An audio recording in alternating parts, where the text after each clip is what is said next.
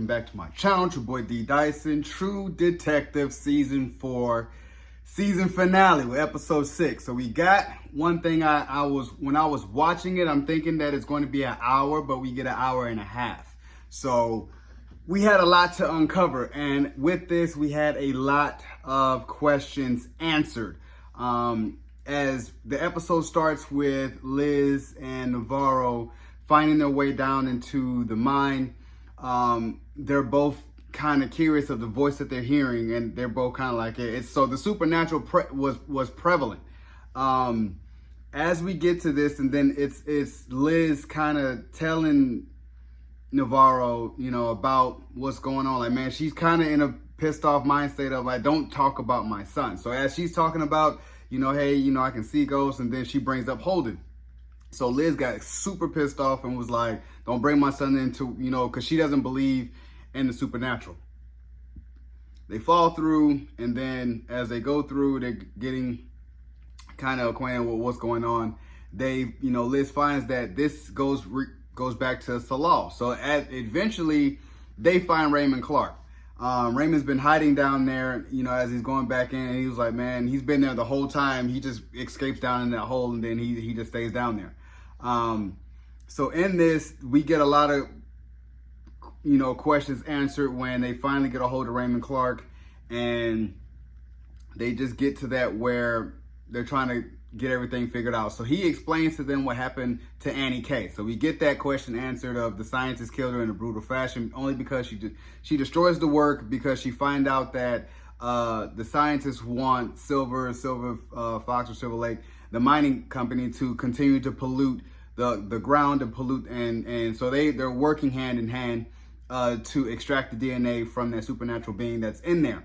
And we get that, and she goes ballistic, destroys all their evidence, and the scientist killed her. So, Raymond was like, I do love her, but, she keeps coming, she keeps, like, her ghost keeps messing with me, So, we get that, and Evangeline is really like, yeah, I get it. So she's, because she's been down that mine, she finally gets to understand her actual name. So, her given name that she never knew for all these years.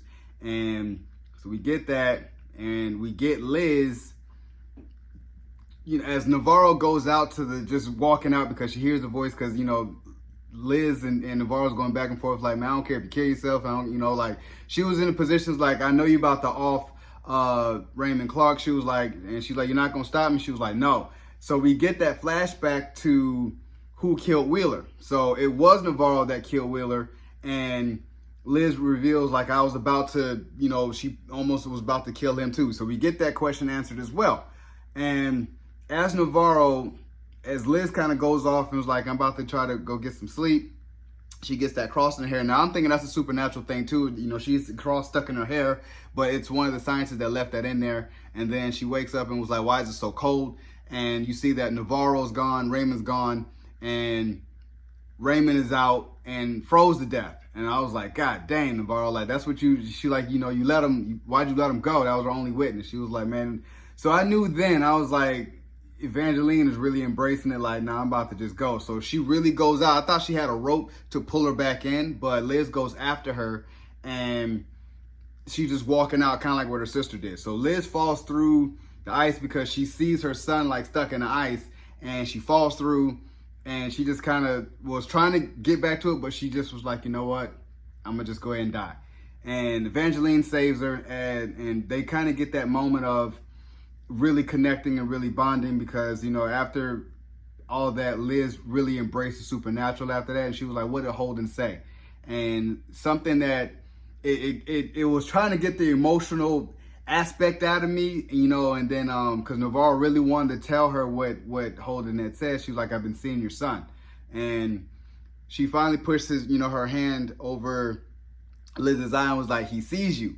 And only Liz can understand that because that is, and it's like, well, why Evangeline would do something like that. So you can tell that it's all been right. Like, she does connect with the supernatural. So Liz embraced it after that. And we get to where, prior dumps his dad and lets him go, and it's like he's you know, really loves his wife, so he kind of stops by to see her and was like, hey, after this we're done, I ain't got to really be doing that, I can be home, you know, I don't have to worry about it. I think that she knew that about his dad, so she was kind of really like, hey, it's done, like he's not around no more, you know, to just be, I could just be myself. So but we don't really get to see, you know, what happens with Pryor, which was kind of really bumming, that I was like, well, kind of, does he make detective with Liz? Is he under Liz? Like, what is he doing? We don't really get to see that. Instead of, we get towards the end where you see Navarro go out into the ice, kind of never comes back. So I don't know if she becomes like a ghost and Liz is talking. I'm assuming so, because Liz is, you know, in her ranking, I think she had like another rank where she's like head of everything, and she's talking to the FBI about what's going on with all the murders and everything, and blew up the whole mind, and she kind of just explained her story.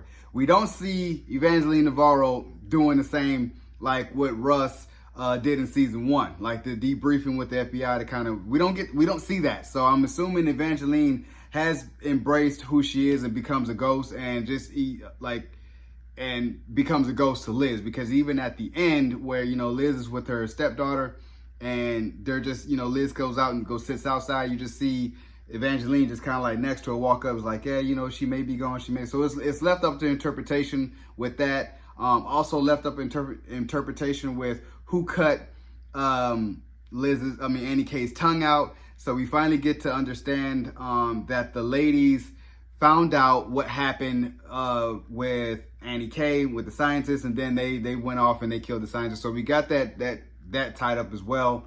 And they both let the ladies go, like the Indian ladies. So it's just kind of like, yeah, with their way of life, you're poisoning it. So they let them go.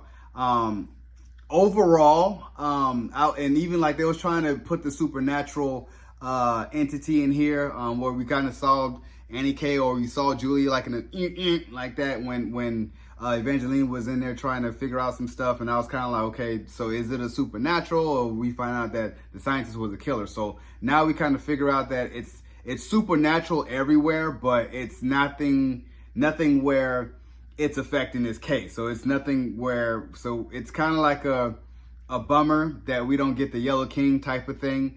Especially they've been teasing the spiral, and I was like, okay, what's really going on? But we don't really get anything from that. Nothing like how it was in season 1, but I think it's like an ode to season 1, if that makes sense. So I give this season an 8 out of 10 because I was thoroughly entertained. I just was mad that we couldn't get 8 episodes like how season 1 was, to flesh it out a lot more. But we got an hour-and-a-half season finale with this, just to kind of wrap up everything.